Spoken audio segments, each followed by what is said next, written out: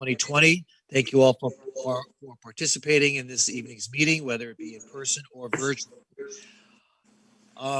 So just so that those of you who are participating for the first time, I'd like to give you a little understanding as to how the meetings proceed. As we go through the formal introductions of the Pledge of Allegiance, we don't have invocations anymore, but I'll also talk about the guidelines regarding virtual participation.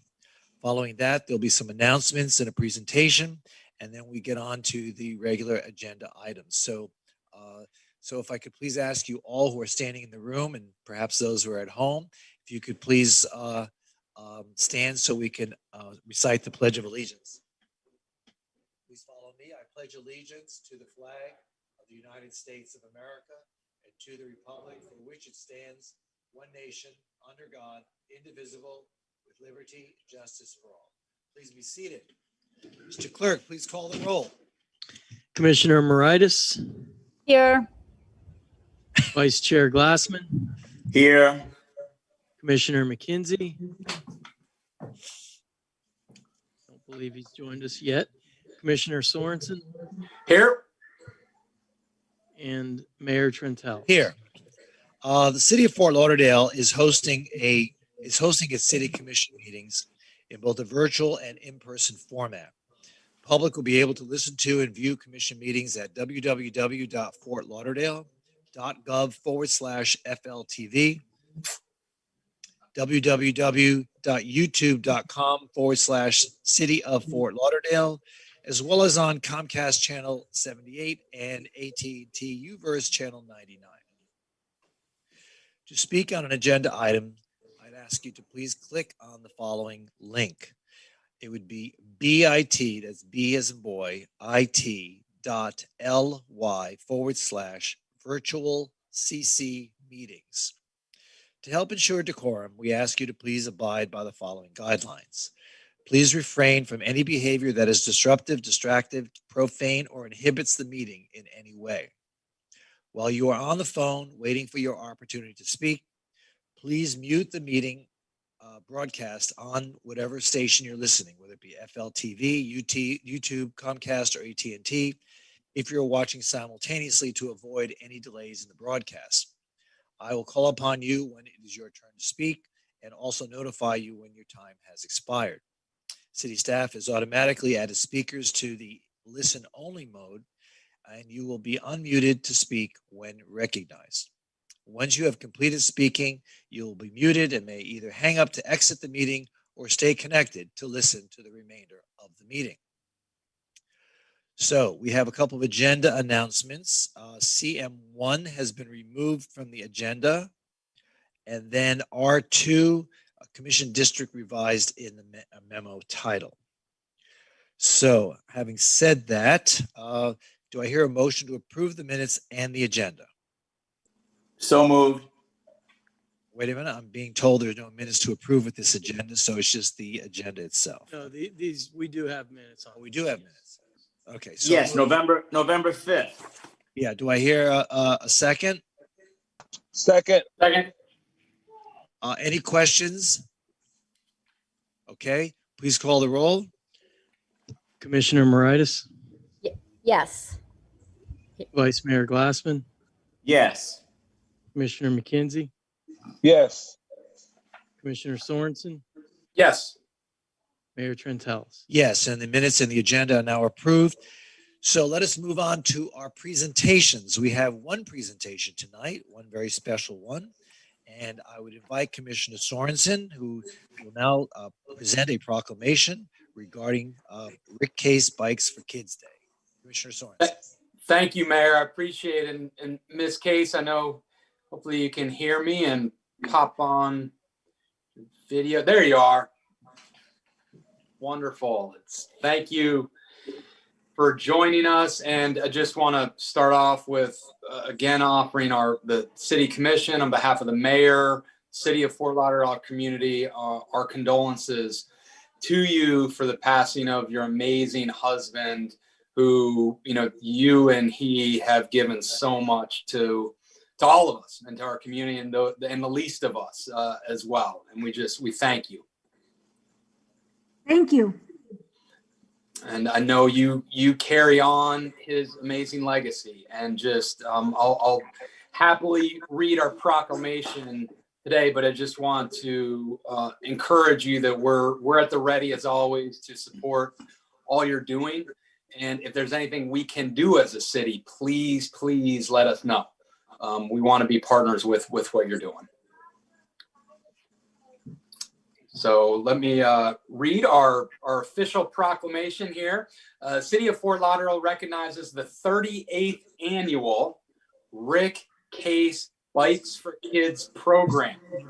Whereas the Rick Case Bikes for Kids program was initiated in 1982 by Rita and Rick Case and the Rick Case Automotive Group in Ohio.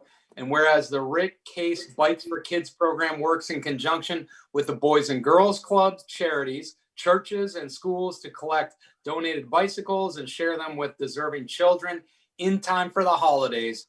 And whereas hundreds of bicycles were distributed to children last year and more than 125,000 bikes have been provided since 1982. And whereas the Rick Case Bikes for Kids program is collecting bikes for the 2020 holiday season through December 21st, with a goal set at 6,500 bikes. And whereas in the spirit of giving, we encourage everyone to participate by donating unused bicycles and helping spread the word so that others may join the program and become together to make children's holiday wishes come true. And whereas as we near the conclusion of this unprecedented and hectic year, let us all remember the simple pleasure that a bike ride can afford and do what we can to share that joy with a child who might otherwise be unable to have that experience were it not for the generosity of everyone involved in the Rick Case Bikes for Kids program. Now, therefore, we as the city commissioners of the city of Fort Lauderdale do hereby proclaim December 2nd, 2020 as Rick Case Bikes for Kids Day, signed by your mayor, Dean J. Trantelis. Ms. Case, thank you for all you do. And I'd love to turn it over to you to share whatever you'd like. First, I want to say that, I appreciate the condolences that the entire community has given to our family since Rick's passing just in September. We moved to Broward County in 1985. We raised our children, built our business, and thrown our lives and our spirit into this community, into Broward County, into Fort Lauderdale, and we've certainly watched it grow. I want to thank everyone for all that they've done to help our family get through this time. Rick so loved the community, and he really gave it all he could to expand so many different areas through the hospitals, through the Boys and Girls Clubs, the American Heart Association, the Cancer Society. We pretty much got involved in everything. And you can be assured that we will continue that. Our business is strong. I was a car dealer before I met Rick. I met him in the 70s. We were married 40 years. I've always worked alongside of him. So the business will continue under my leadership with his legacy as my #1 goal. We will continue to promote our customers, our friends, which is our mission statement. So I want to thank the community. If you have a bicycle that you no longer need, that's sitting in the corner of that garage, or your children have outgrown the smaller bicycle and have a bigger one now, please drop it off at any one of our 9 Rick Case locations here in Broward County, and we will make sure that it gets to a child in time for the holidays through the Boys and Girls Clubs, which there's 13 clubs here in Broward County. We also partner with churches, organizations, Habitat for Humanity, Women in Distress, places where there are children that could use a bicycle, that we would have the opportunity to donate it to them. So it's such a simple program, and it's a chance for the community to give a bicycle that they are no longer going to use and allow us to match it up with a child that really could use it. We all remember our first bicycle. I certainly do. And what a sense of freedom and sense of childhood a bicycle brings. So thank you all, and I wish everybody a happy holiday. And again, from Rick to myself to the whole community, you can be assured that Rick will not be forgotten in this community, because we will make it absolutely our goal. Thank you. Thank you, Ms. Case. Really appreciate it. Happy holidays. Merry Christmas. Thank you. You're welcome. Thank you for the time. Yeah. Thank you. Mayor, thank you very much. Thank you, Commissioner, and thank you, Rita. We really appreciate your being part of our meeting tonight, and thank you for all the work you do on behalf of our community, not with regard just to this event and this project, but for all the things that you do for our community. It's really going to be a loss not having Rick around, but we love having you around. So thank you for everything that you do.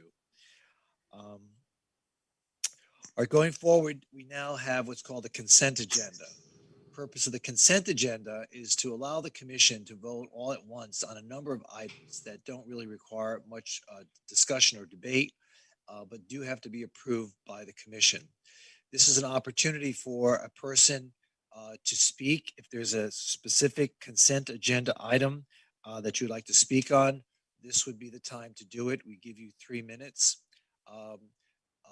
However, if a commissioner does pull one of these consent agenda items for separate consideration, that would be the time for you to actually speak on the item.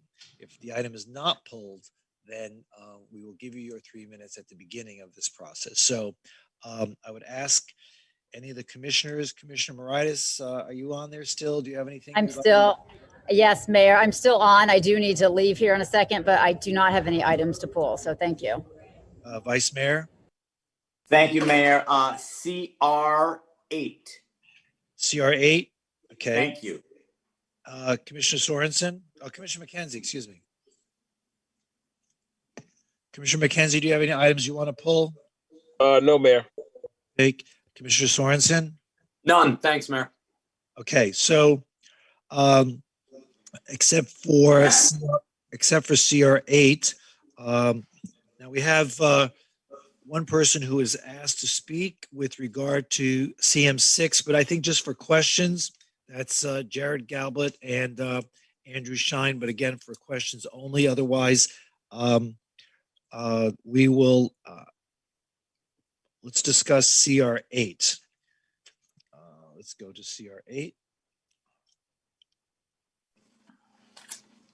The consolidated budget amendment. So, Mr. Vice Mayor, what questions do you have? Yes, thank you, Mayor. Topic of conversation at my District 2 pre-agenda meeting last evening was letter U from Fire Rescue. I believe that's the last item on page 21 of 22 on the consolidated budget amendment, letter U. So Chris, maybe you can help with this. First of all, I believe, and correct me if I'm wrong, that this is the last station in that 10-year cycle. Is that correct? No, that is not correct. This finishes out Station 8, which is near the railroad tracks on 17th Street. There is Station 13 remaining to close out the fire bond. Okay, and that will close it out. So what is the main reason why it looks like this funding was coming in under 200,000? In other words, if you could help me, how much of this was from bond, how much was from capital, what were the capital costs, bond costs? What is the reason that this looks like it was under budget by, well, it needed another 200,000 for budget? Right, it did, and these were funds that were all budgeted at the prices that existed for construction at the time that the bonds were issued. So we'll be having the discussion with Station 13 coming up as to how we get that one built with the remaining fire bond funds. But what's in this budget amendment are not bond funds; these are funds, capital dollars. How much do we have left in the fire bond? Got just over 3.7 million, I think. Laura, help me out there. Yeah, Chris, right around 3.7 million. Okay. And that's for Fire Station 13. And there's still unspent funds in this fire station as well. And this 200,000 is a change order that was unexpected to pay for furniture, installation of some sensors, a water line, some things that weren't anticipated at the time we entered into the original construction agreement. Okay, thank you. So nothing out of the usual. I do have a question, and this is maybe for something to consider going down the road. came up at the meeting actually we had it on Monday night pre-agenda. Has there been any thought, Chris, and I think it's a good idea, in terms of now that we're looking at finishing Station 8 and then 13 next, and then we close this out, what about the thought of a fire EMS advisory board from the community, just to see how we're doing once the stations are all up and running, see how we're doing with emergency response times, see what the needs are around the city. What do you think about that as an idea, Chris, in terms of an advisory board, a fire EMS advisory board?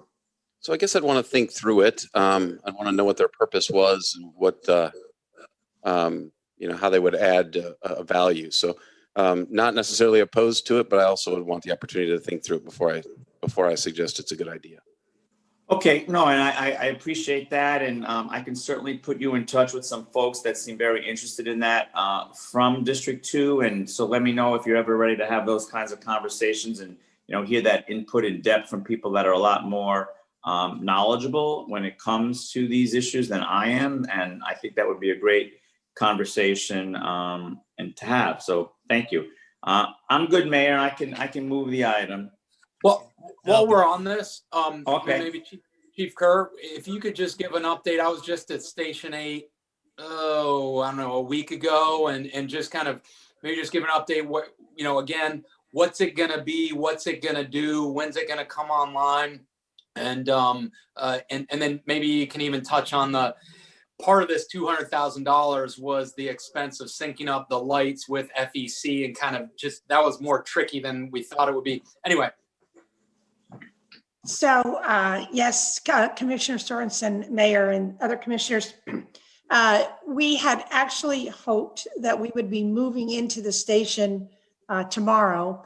Unfortunately, we were not able to get the temporary certificate of occupancy, so that has been delayed.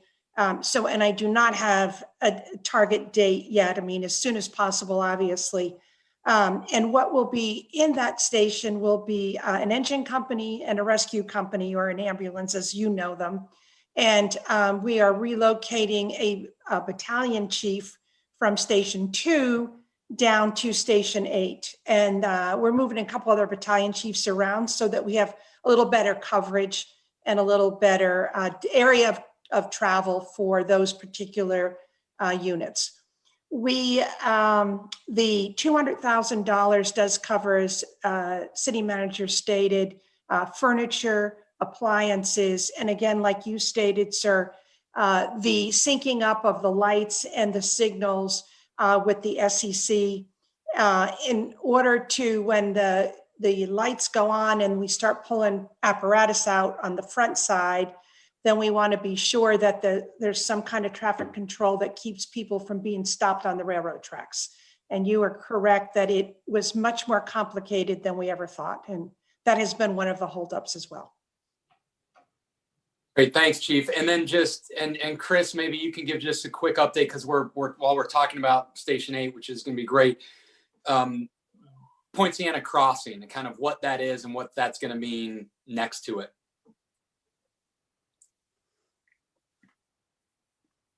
And I hate to say, which part of the project are you asking about? The Point Sienna Crossing, the affordable housing.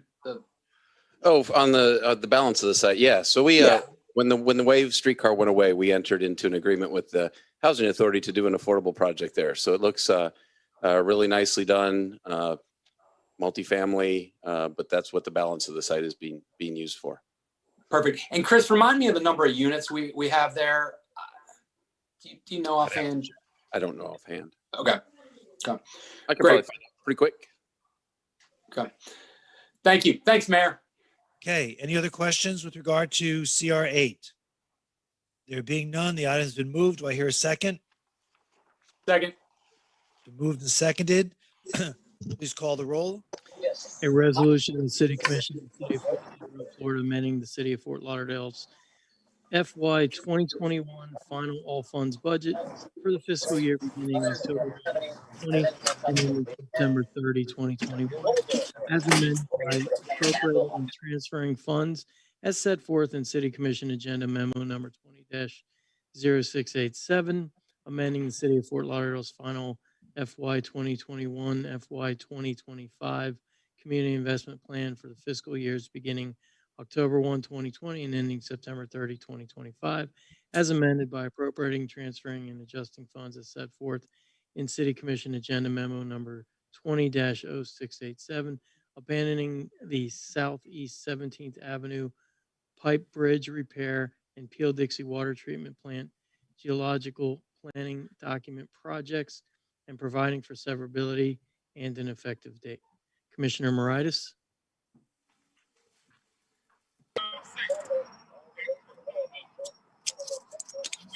Commissioner Moritas, are you there?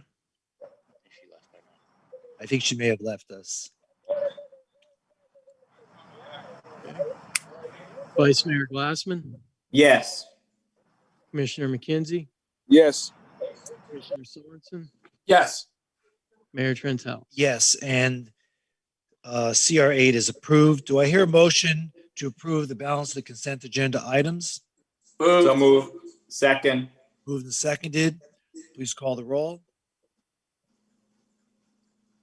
Commissioner Moritas?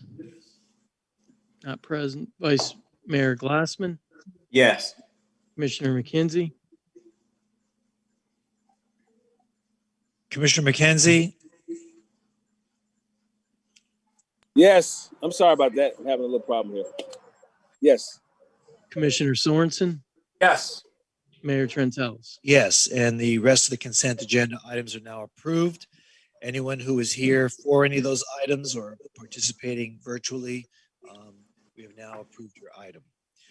Moving on to M1, motion authorizing execution of a revocable license with Bodega FLL LLC to install and maintain private improvements on the West Las Olas Boulevard and Southwest First Avenue right of way. I have several people who have signed up to speak, but I think they're mostly people who are connected with Bodega, Mr. Galvat, James Raul, and Adrian Noto. Yes, they all seem to be connected. Does anyone on the commission have any questions with regard to this item? I do, Mayor. Please go ahead. Thank you. I might need Tricia Logan if she's on the call, or someone from Historic Preservation. Vice Mayor, she's at the meeting, so let's get her to come live on video, and there she is. Good evening. Great. Hi, Tricia. How you doing? Good. Good. So help me understand first. I'll go to the background, paragraph 2 of the CAM. It says the Development Review Committee, DRC, recently reviewed the application and is pending approval. So explain why this is coming to the commission prior to final approval of DRC.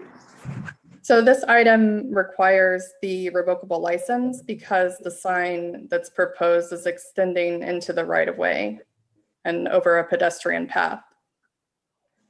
So that is one of the conditions that's included in the DRC comments that has to be fulfilled before final DRC can be issued.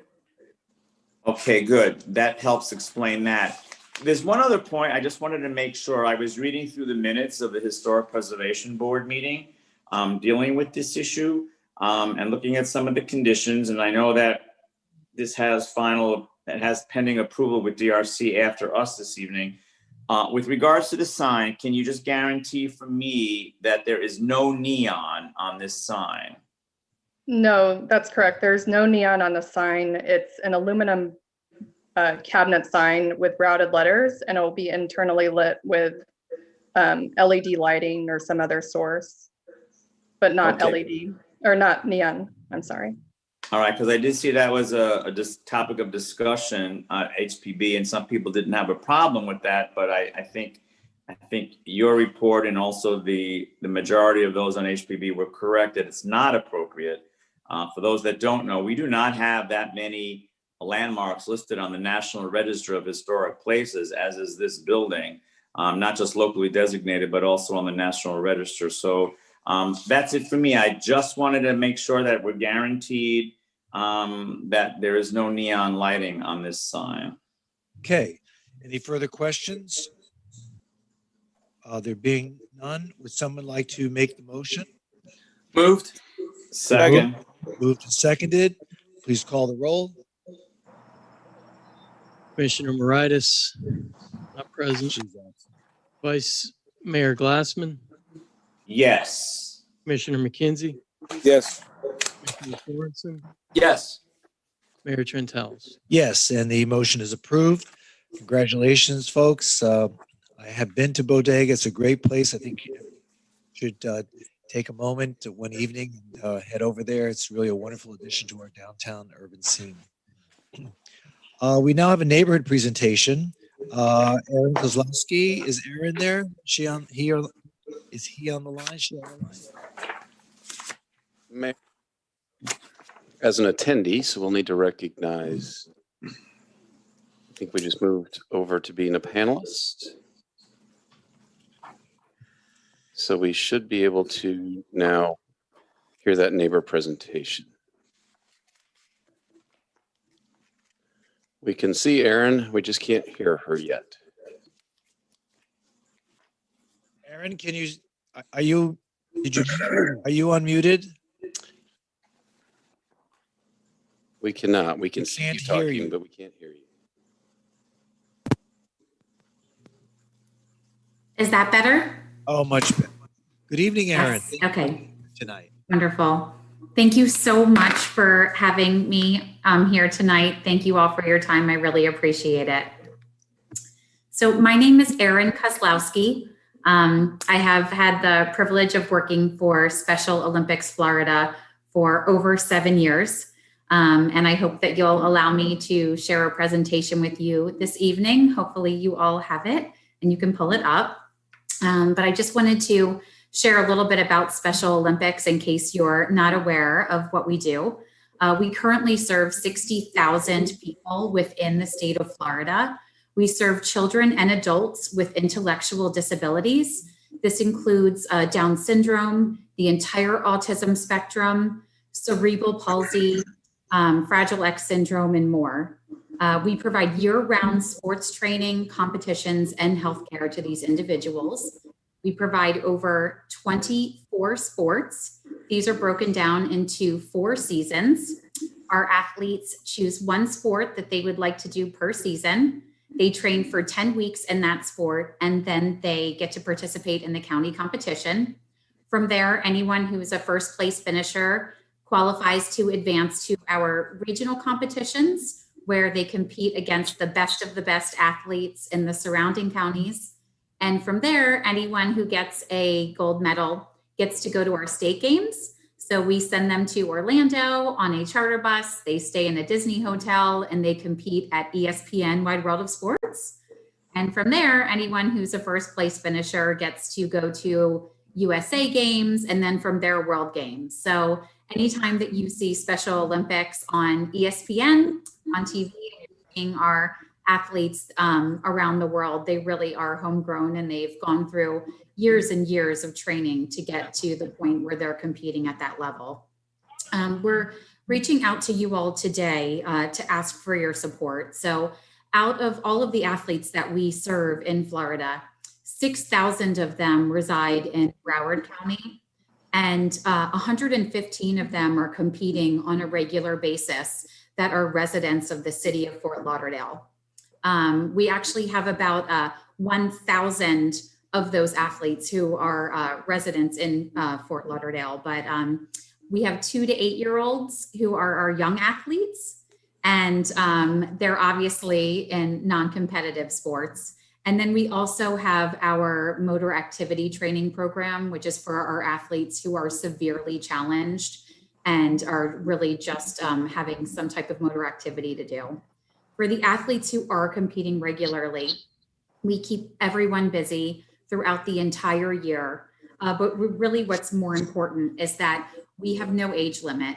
So when we start serving athletes at the age of 2, we stay with them. We're the only organization that stays with them for their entire life. We actually did our census last year and we have 6 88-year-olds within Broward County that are a part of our program.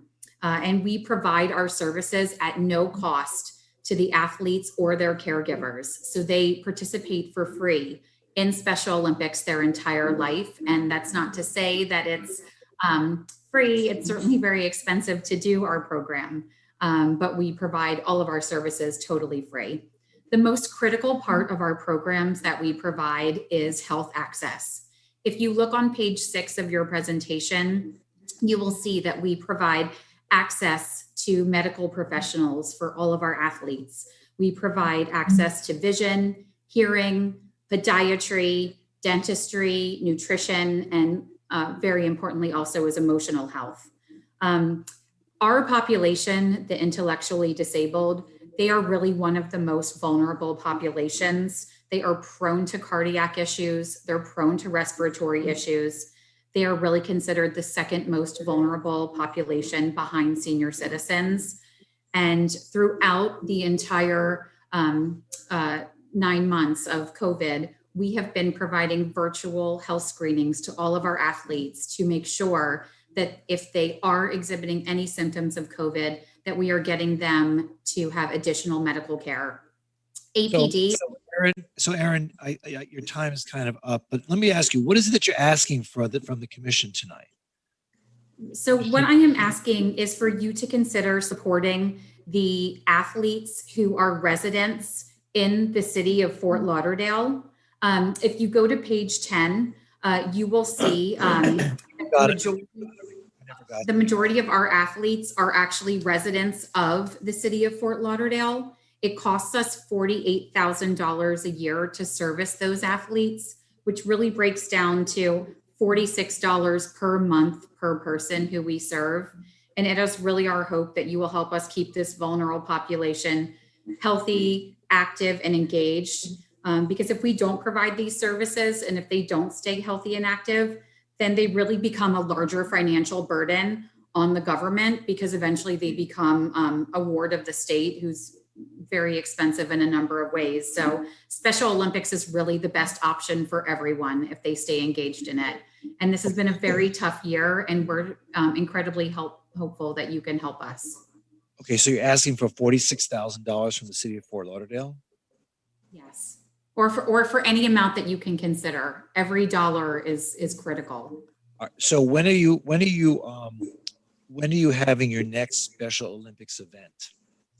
So it is ongoing. Our athletes have been participating in small pods of 10 people in tennis and golf for the last 2 months. They're getting ready to go into the winter sports season. And beyond that, we've been providing our virtual and in-person health screenings since March. All right. Well, is this the first time that the Special Olympics has come to us seeking funding, Chris, to your knowledge? I'm not aware of a previous time now. Right. Well, as you know, we budget our expenditures in September of every year. We're past that point now, and this would be an unbudgeted item. However, we can now we accept your request, and now I guess we'll ask the city manager and his staff to see if there's any available funds to give to Special Olympics, and maybe at our next meeting we can have a discussion amongst the commission as to whether or not this is an expenditure that they would like to make. So does anyone have any questions of Aaron? Okay, Thank you for your good work, Aaron. Great. Thank you so much. It's really a privilege to do what we do. We love our athletes, and if you all are ever able to Zoom into any of our meetings or come out to our competitions, you will fall in love with the athletes too. They're incredible human beings. Great program. Thank you. All right, Aaron, Chris. do you know, I'm in Best Buddies, and I've been a Best Buddy for years. Do you have Best Buddies that compete in Special Olympics? Is there any overlap? There is tremendous overlap. Almost Okay. every single person who is a Best Buddy is one of our athletes, and they're usually doing anywhere from 3 to 6 sports a year. We keep them busy every week of the year. Awesome. Okay, cool. Thank you. I have a question, Aaron. Yes. Go What ahead. does it cost to sponsor one person? The cost for one person is $350 for the year for the sports training and competitions, and $209 a year for the healthcare access. Okay, So I would just personally like to sponsor 3. no, thank you so much. That's wonderful. Thank you. Okay, so just get in touch with my office. We'll figure it out. Okay, thank you so much. All right, Grant, we can bring this up at a conference meeting next time we meet, and I've got some ideas, Mayor, where we might look to funding opportunities. So we'll do that and we'll bring it back. Okay, great. All right, thank you, Aaron. We appreciate your all the work that you do on behalf of the Special Olympics in our community, and we'll get back in touch with you. Okay? Thank you so much for your time. I'm sorry I went over my time limit. Thank you. No, it's okay. Thank you, Thank you. and have a happy holiday. You too. Happy holidays. Okay, moving on to resolutions. R1, appointment of board and committee members. Mr. Clerk. Mayor, Vice Mayor, Commissioners, for the December 15th resolution, we have a couple individual nominations. Commissioner Moritas has nominated Chris Rotella for Marine Advisory Board. She has also nominated Gregory Martin for Parks, Recs, and Beaches Board. And Commissioner Sorensen has nominated for Community Appearance Board Lorraine O'Neill. And then a consensus nomination for the Citizens Committee of Recognition, nominated by Commissioner Sorensen. I'm not sure if this is the last thing on his list. Commissioner Romney Rogers to serve on the Citizens Committee of Recognition. So He's what? I'm not sure if that's the last thing on his list that you were talking about earlier today. That was me. He has a great yes. We added that to Romney's list. That makes it 26. Exactly. Thank you, Commissioner Rogers. Too bad. I think that was an amended list because he refused. Who was Better it? You late than never. was it you, Commissioner Sorensen, that asked him? Yes, yes, Okay, great. yes. Thanks. All right, so And then for tonight's resolution, we have a few names too. yes, Yana Banakova, nominated by Commissioner Sorensen for Community Services Board. Downtown Development Authority, Greg Bruton. Consensus, nominated by Commissioner Sorensen. Economic Development Advisory Board, Brett Rose, nominated by Commissioner Sorensen. Education Advisory Board, Heather Brinkworth, nominated by Commissioner Moritas. Public Art and Placement Advisory Board, Phoenix Marks, nominated by Commissioner Sorensen. Bonnie Clearwater, nominated by Vice Mayor Glassman. Sustainability Advisory Board, Whitney Dutton, nominated by Commissioner Sorensen. And that rounds it out. okay. Any other amendments or modifications to that list? There being none, would someone like to introduce the resolution? Introduce. A resolution in the City Commission of the City of Fort Lauderdale, Florida, appointing or nominating, if applicable, board and committee members as set forth in the exhibit attached here too and made a part hereof. Commissioner Moritas not present. Vice Mayor Glassman, Yes. Commissioner McKenzie, Yes. Commissioner Sorensen, Yes. Mayor Trentalis. Yes, and the resolution is now approved. On to R2. This is a quasi judicial resolution approving a site plan level 4 development permit for a 124 room hotel and 6 multifamily residential units at 3001 to 3018 Harbor Drive LLC.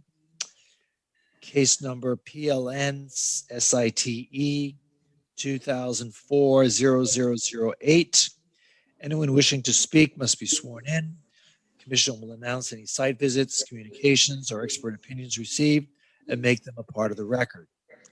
Commissioner Moritas is not here, so Vice Mayor, do you have any announcements? Yes.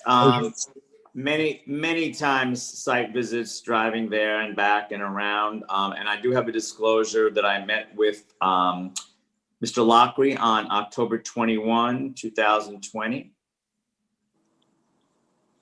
Okay, Commissioner McKenzie, any disclosures? The same.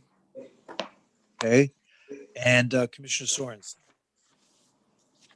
Yes, applicant October 21st, 2019 and March 18th, 2020. Thank you. Okay, I've had multiple site visits as well as meetings with the representatives, Mr. Lockery and his client.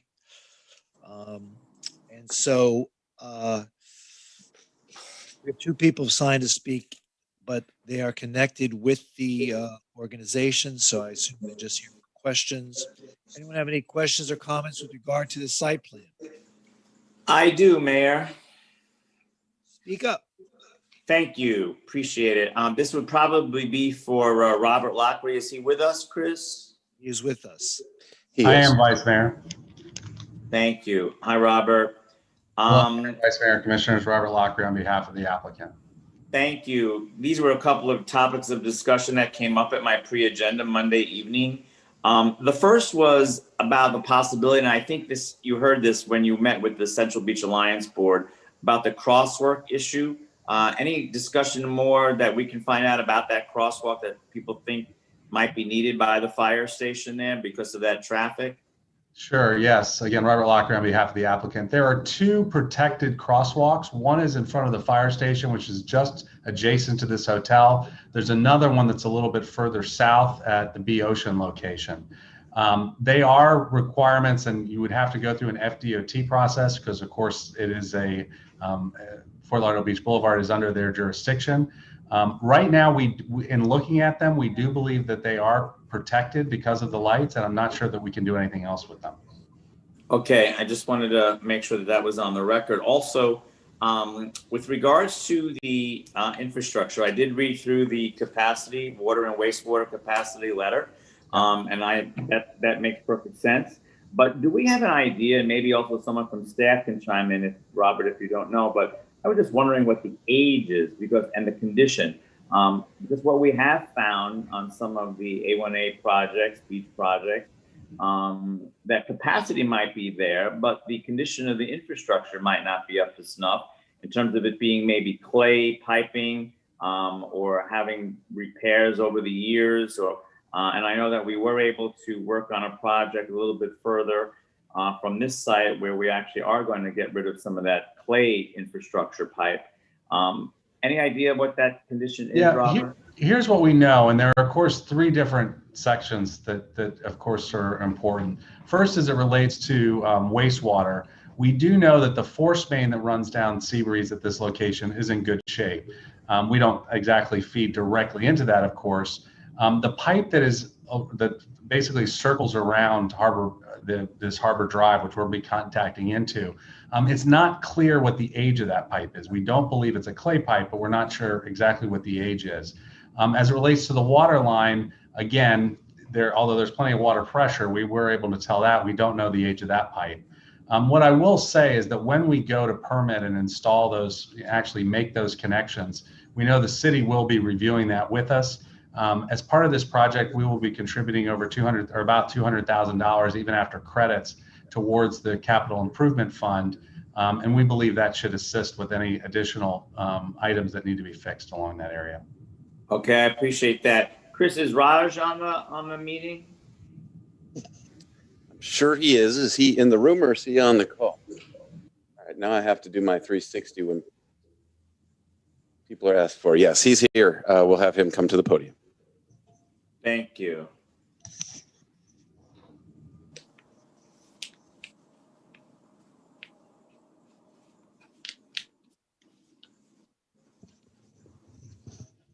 Okay, he is prepared for your question. Thank you. Good evening, Raj. Good evening, Mr. Vice Mayor.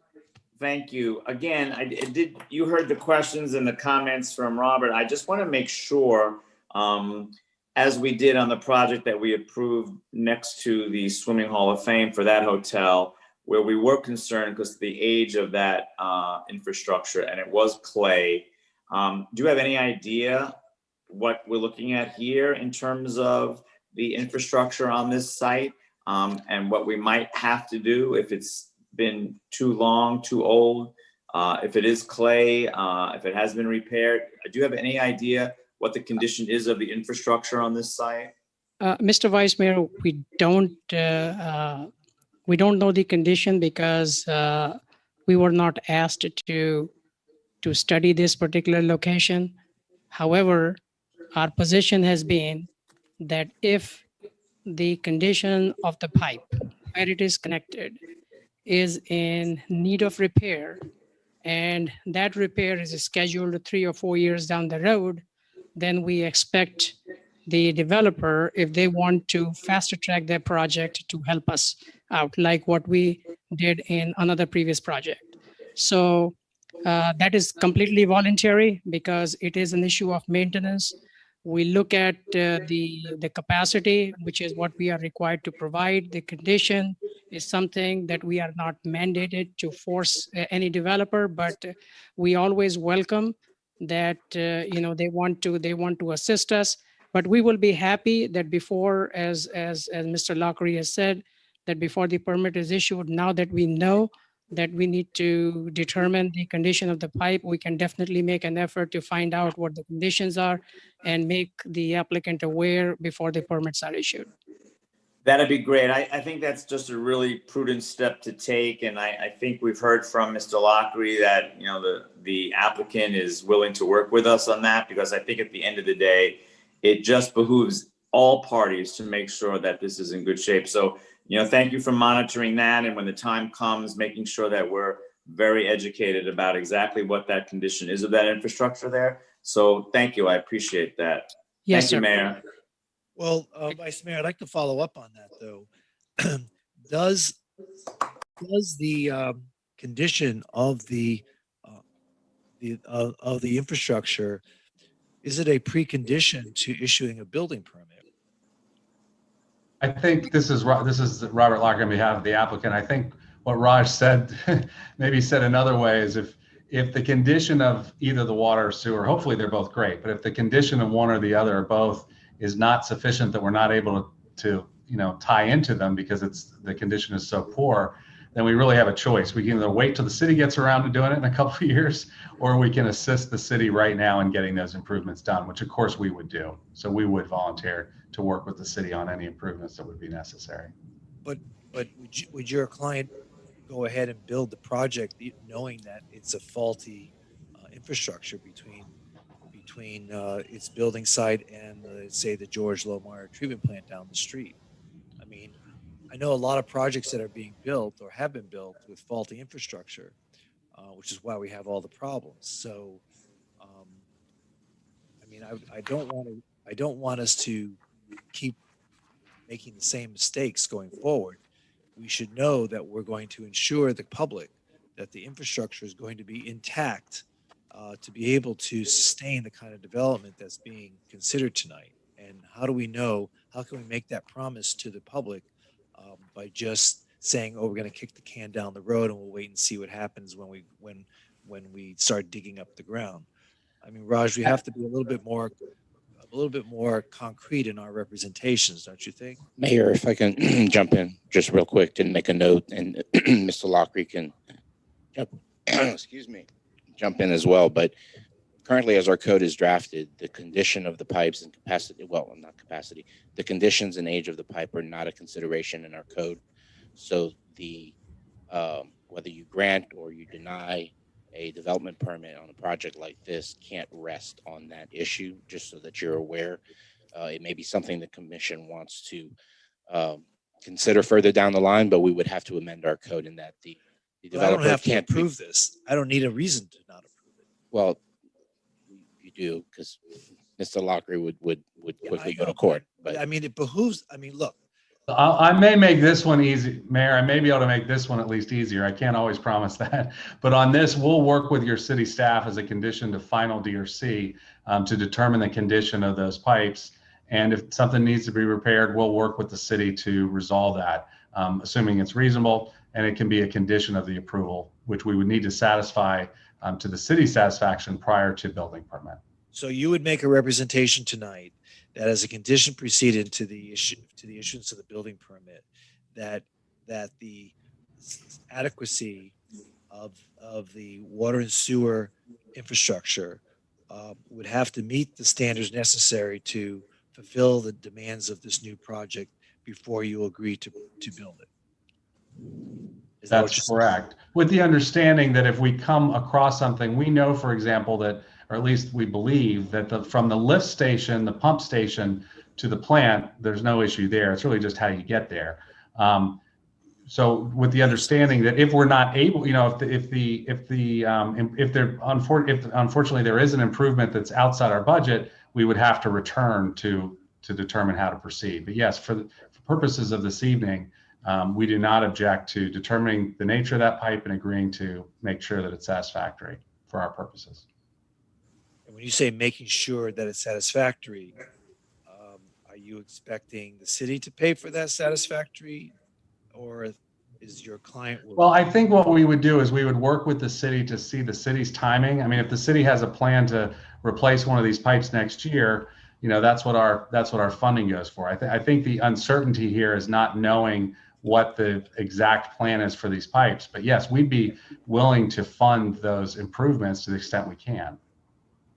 Okay. All right. Any further questions of the Mayor? applicant? Well, I just wanted to say one thing, Mayor, that city attorney mentioned about age and condition. We can't even consider that with regards to our code. I think that's something that we need to work on then with our code. Yeah, I think so too. But I think we have done that anyway. We've always asked that question when we were talking about the Hilton project up by and the Hilton project near the tide. Remember, that was an important part of the discussion, what the nature and the adequacy of the underground infrastructure was at the time. So correct. We've always brought this up as right, but we also had to make it a condition when we looked at I think it was called the Summit next to the Swimming Hall of Fame when we ran into this issue because those were aged clay pipes.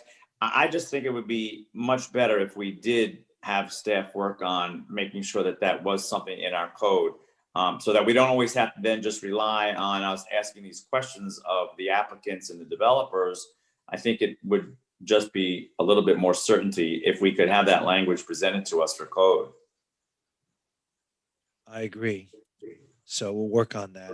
Yeah. Thank you. Okay. All right. Any other questions regarding this item? Okay. Thank you. Okay. Would someone like to introduce the resolution? Introduced. Introduced. Please call the roll. A resolution of the City Commission of the City of Fort Lauderdale, Florida, approving the issuance of a beach development permit for a site plan level 4 development of an 11-story, 124-room hotel and restaurant with 6 multifamily residential units, known as the Bahia Cabana Hotel, located at 3001 Harbor Drive, Fort Lauderdale, Florida, in the South Beach Marina and Hotel Area Zoning District in the Central Beach area. Commissioner Moritas not present. Vice Mayor Glassman. Thank you, Jeff. Mayor, I apologize. I did have one other question on my sheet. I just noticed that if I just could ask Robert before I vote, if that's okay. Sorry about that. Sure, go ahead. Thank you. Robert, I had this on the back of my page, so I apologize for this. Will you be able to eventually at some point in time do some sort of really cool historic gallery for this project? Because there is a lot of history on this site with the Bahia Cabana. And I just think it would be so cool if you could do something maybe with regards to that history somewhere on the new property. What do you think?